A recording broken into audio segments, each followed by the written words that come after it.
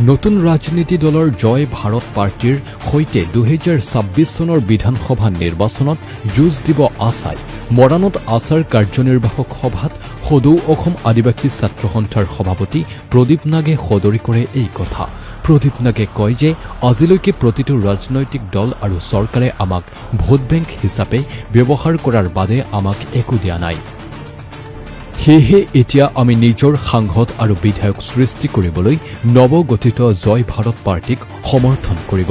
ইফালে জয় ভাৰত দলৰ কেন্দ্ৰীয় সভাপতি তেহাৰু গৌৰে আছাৰ সহযোগত 2026 বিধানসভা নিৰ্বাচনত যুঁজ দিয়াৰ কথা সদৰি কৰে।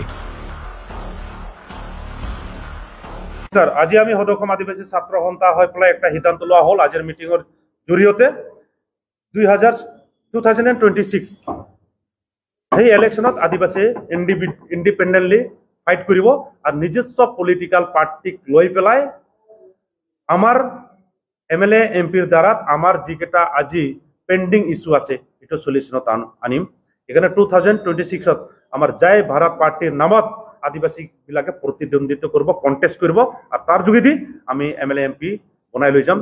সেকেন্ড নাম্বাৰ পইণ্ট হ'ল আজিৰ পৰাই যেমান ডিস্ট্ৰিক্ট কমিটি মানে দুৰ্বল হৈ আছে এই ডিস্ট্ৰিক্ট কমিটি বিলাক ৰিফৰ্মেশন হ'ব। 3 নম্বৰ পইণ্ট হ'ল আমাৰ জানি শক্তি অল অসম বেচিছত বনা হ'ব। জানি মানে আমাৰ আদিবাসী ইয়ং গাৰ্লছ টিনেজাৰ্ছ তেখেতসকলে আজি আমাৰ সমাজক লিড ল'ব, যেহেতু আমাৰ মেইন ভূমিকা আমাৰ মহিলাবিলাকে ল'ব, আমাৰ জানিবিলাকে ল'ব। এইটোৰ কাৰণে 3 নম্বৰ পইণ্টত আমাৰ জানি শক্তি অল অসম বেচিছত বনোৱা হ'ব। তো এইটোই হয় মেইন পইণ্ট আৰু বাদ বাকি যেতিয়া দৰকাৰ হ'ব তেতিয়া আমি ডিসক্ৰাইব কৰি দিম। পলিটিক্যাল পাৰ্টি নহয়, সোশ্যাল অৰ্গানাইজেশ্যন। আমাৰ আদিবাসীৰ হৈ পেলাই লিড কৰিব আদিবাসীৰ জয় ভাৰত পাৰ্টি। এইটো আদিবাসীৰ নেতৃত্বত হ'ব, কিন্তু এইটো জাতিৰ নহয়। পলিটিক্যাল পাৰ্টি কেতিয়াও কোনো এটা জাতিৰ হ'ব নোৱাৰে, কিন্তু এই পলিটিক্যাল পাৰ্টিক আমাৰ আছাই সমৰ্থন কৰি পেলাই যাব। ইয়াত সকলো জনগোষ্ঠীৰ অৱদান আৰু পাৰ্টিচিপেণ্টছ থাকিব আৰু সকলো জনগোষ্ঠীৰ যিবিলাক ইস্যুজ পৰি আছে ইস্যুক লৈ পেলাইহে এই পলিটিক্যাল পাৰ্টিটো আগুৱাই যাব। এই পলিটিক্যাল পাৰ্টি অলৰেডি গঠন কৰা হৈছে আৰু এই পাৰ্টিটো যোৱা জুন মাহতে গঠন কৰা হৈ আছে।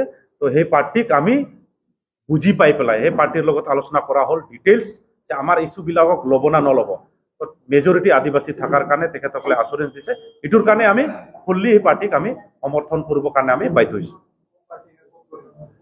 এইটো আঞ্চলিক দল হ'ব, এইটো আমাৰ অসম বিচিছৰ হ'ব ষ্টেট লেভেলৰ। তো সেই আঞ্চলিক দলকে আমি যেহেতু সেই আঞ্চলিক দলহে অসমৰ ইস্যুবিলাক বুজি পাব, এইটোৰ কাৰণে এই আঞ্চলিক দলক আমি সমৰ্থন কৰিম।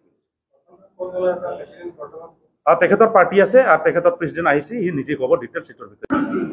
মই তিহাৰু গড় জয় ভাৰত পাৰ্টিৰ কেন্দ্ৰীয় সভাপতি আৰু মোৰ লগত আছে জোনা কুজুৰ ৰাজ্যিক সম্পাদক আৰু মোৰ লগত আছে আমাৰ জয় ভাৰত পাৰ্টিৰ এডভাইজাৰ অনিল টপ্প ডাঙৰীয়া, আমাৰ উপসভাপতি আছে।